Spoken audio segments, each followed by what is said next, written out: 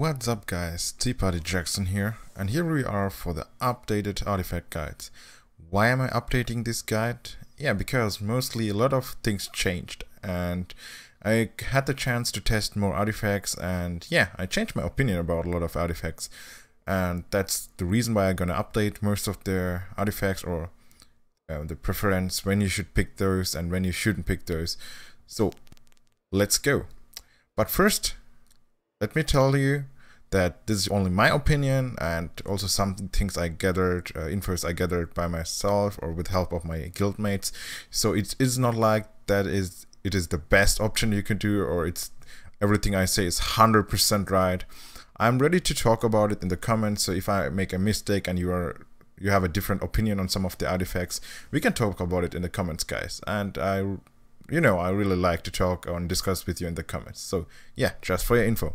And also, I won't go through the effects of the artifacts, because I hope you know by now that what each of the artifacts do and what the level 20 effects are. So let's go, guys. Let's start with endurance. So endurance, let's make it short. It's good at early game, especially if you're tanking, if you don't have really good gear. But at the end game, there are better options for a tank, and at the moment it's only useful in early game for tanks, so it's not a DPS artifact, as you know. Okay, let's talk about Sunrise, which changed a lot, or at least my opinion to Sunrise changed a lot. I said it's an okay artifact. Nope, definitely not. You know by now, if you watch my level 100 Lupa solo run, without the Sunrise, I wouldn't have made it. And it's the Sunrise horse build. You can check it out in my guides list. And yeah, that's really, really important artifact.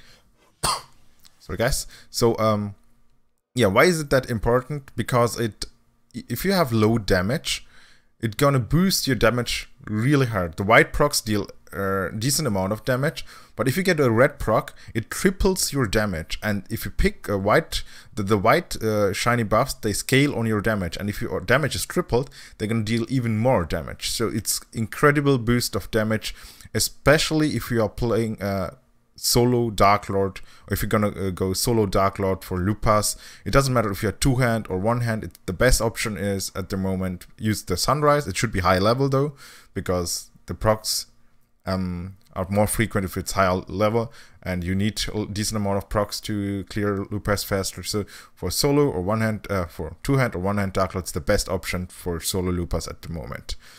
And also, if your damage is low, for example, as a one-hand Dark Lord, if you watch my streams, I use Sunrise for Rifts, Bloodcastle, and some in the earlier stages of Tower, because it boosts the damage of me, and if I do Tower with my party, it boosts all the damage of my party members.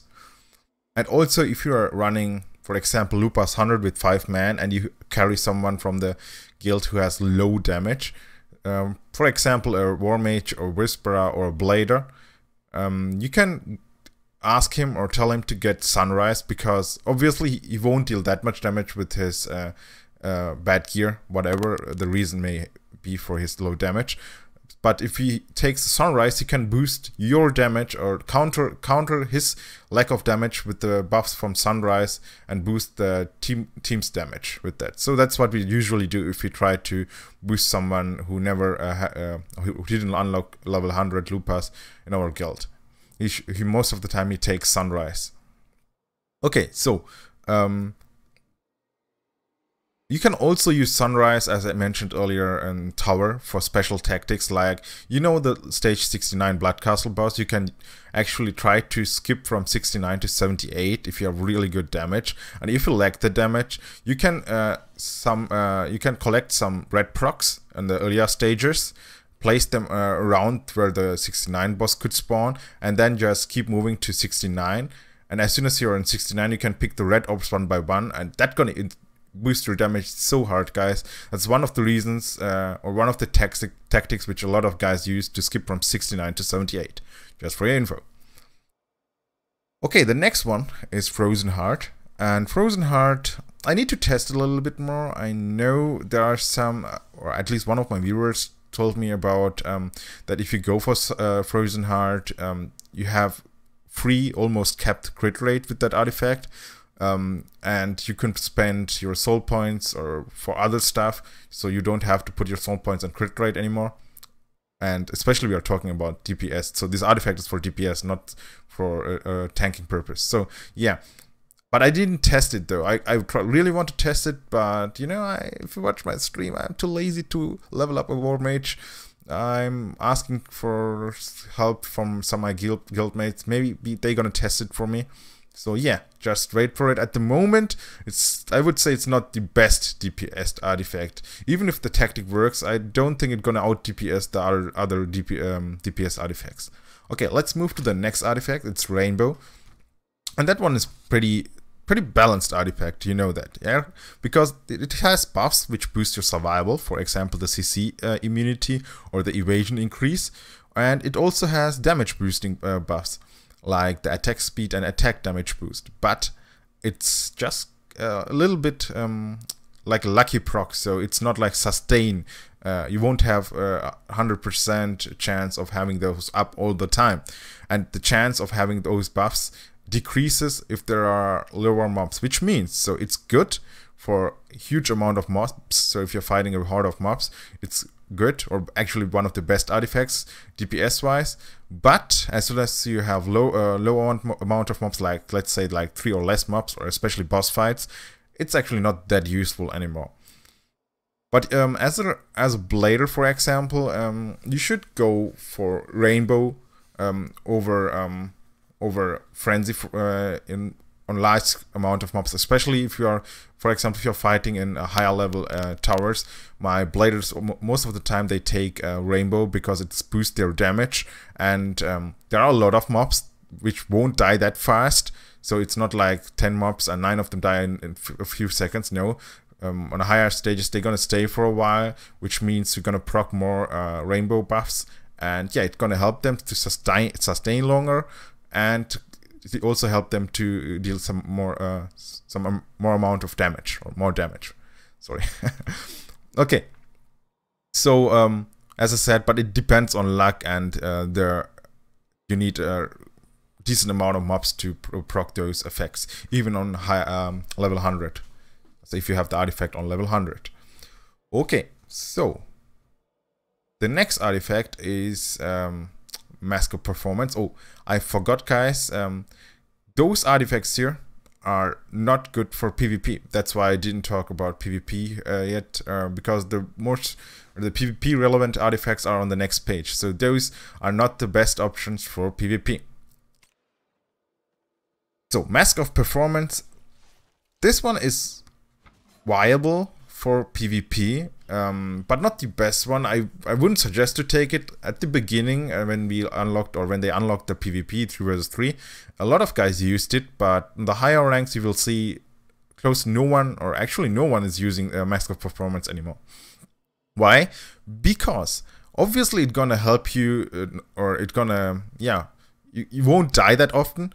But the problem is, most of the guys, if you are invisible because of the level, because the effects triggers, you're gonna try to stay invisible for as long as possible, because you want the cooldown of the effect gonna go lower, and that as soon as you're out of invisibility, maybe you're gonna get nuked down fast, and also again, and you want the effect to trigger again. I think I was a little bit too confusing here, but I hope you understood it. So the problem about that is, as long as you're invisible, you won't help your team. You deal no damage, and it's like 3 vs 2 for the other guys in your team, and that's bad. And also, it doesn't give you damage boost.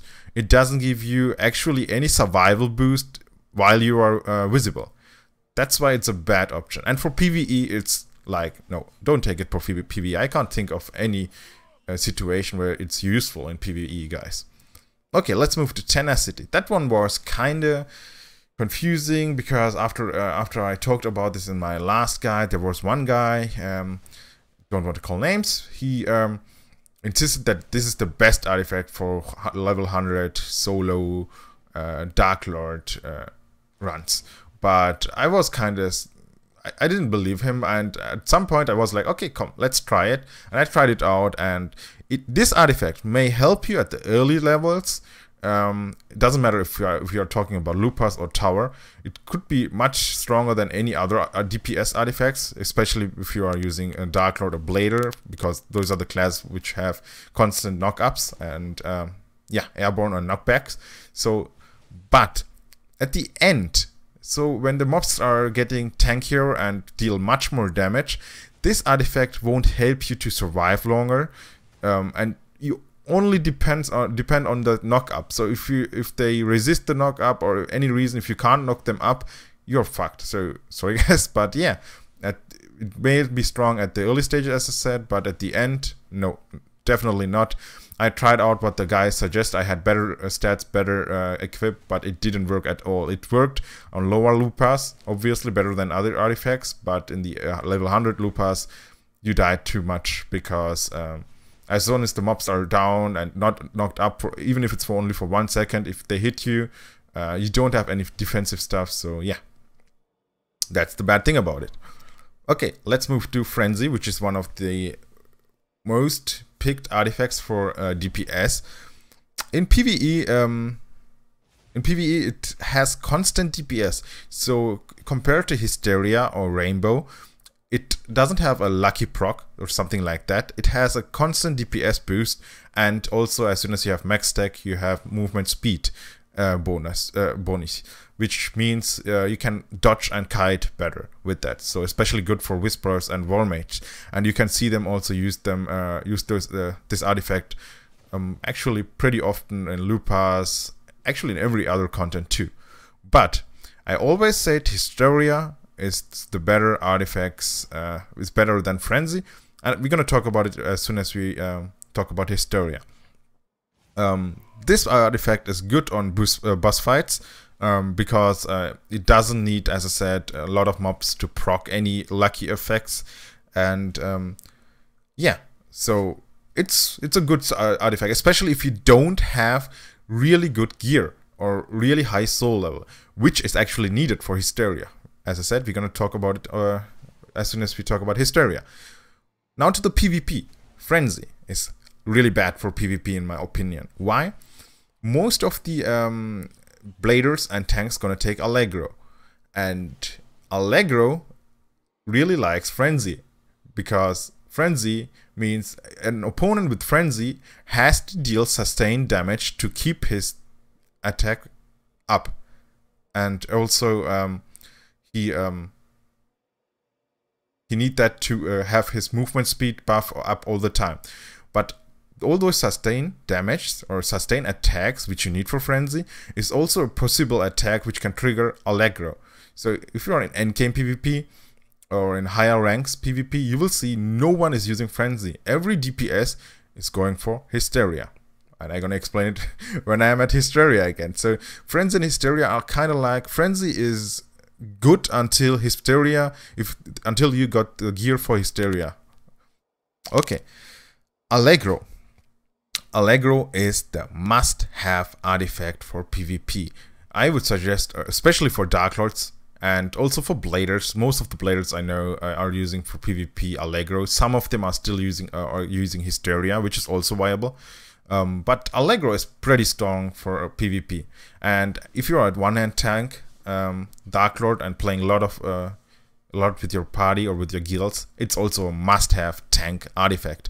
It overall reduces the incoming damage on you and on your teammates, and increase the damage you put on your enemies or enemy monsters or enemy players. And yeah, actually, if you know what Allegro does, there are not many questions about that. I'm 100% sure this is the must-have artifact for tank Dark Lords and for Dark Lords in PvP, and also 90% of the time as a blader you're gonna go for Allegro. Okay, so what we have here is the best artifact. Oh, I didn't move my cursor to Allegro. I forgot it. Sorry guys. But as I said, you know the effects, right? So Hysteria.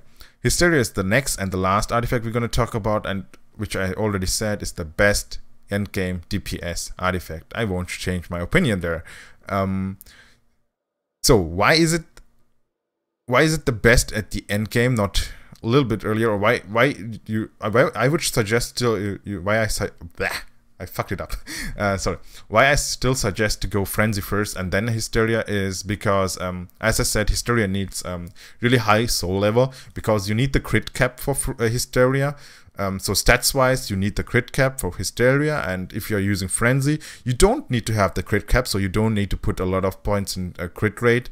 If you're a Frenzy user, you can put those points in attack instead, because it's gonna boost your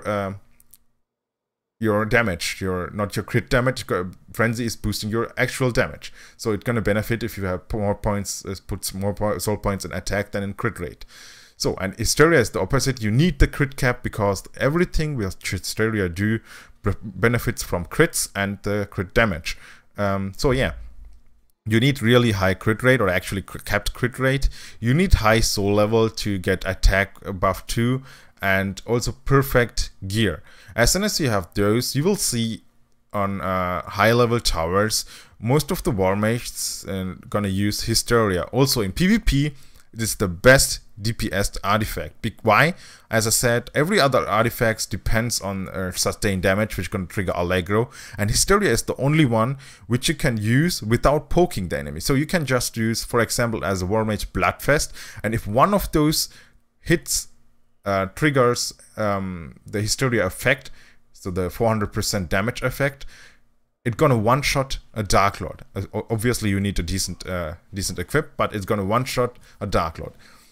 The only exception where you can use Hysteria, so even if you don't have enough soul points and gear, or best gear, is the PvP, because it doesn't make sense to use any other artifacts as a DPS.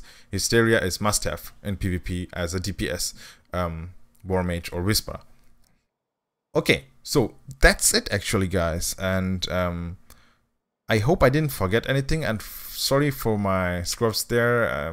Yeah, but I hope I could explain it that everyone could, so that everyone could understand what my point is. And also, as I promised on my stream, I'm gonna update some of my guides, especially my one-hand Dark Lord guide, and yeah, some other guides. And also the next guide, which you're gonna see actually today, I'm gonna make the other guide today too, is there's a big content update career incoming, and I'm gonna talk about the updates there. And also don't forget to check out our YouTube channel, or actually you're on my YouTube channel, but don't forget to check out my Twitch channel, and you can also follow me on Twitter now. You're gonna get tweets if I go online on Twitch, and if I have a new guide, or if I have new infos about Lost Ark and so on. So yeah, just follow me on Twitter, guys. And always, as always, thanks for supporting me. Thanks for helping me here on my YouTube channel, and you guys are great, and let's have a great year. See ya, guys. Your Tea Party Jackson.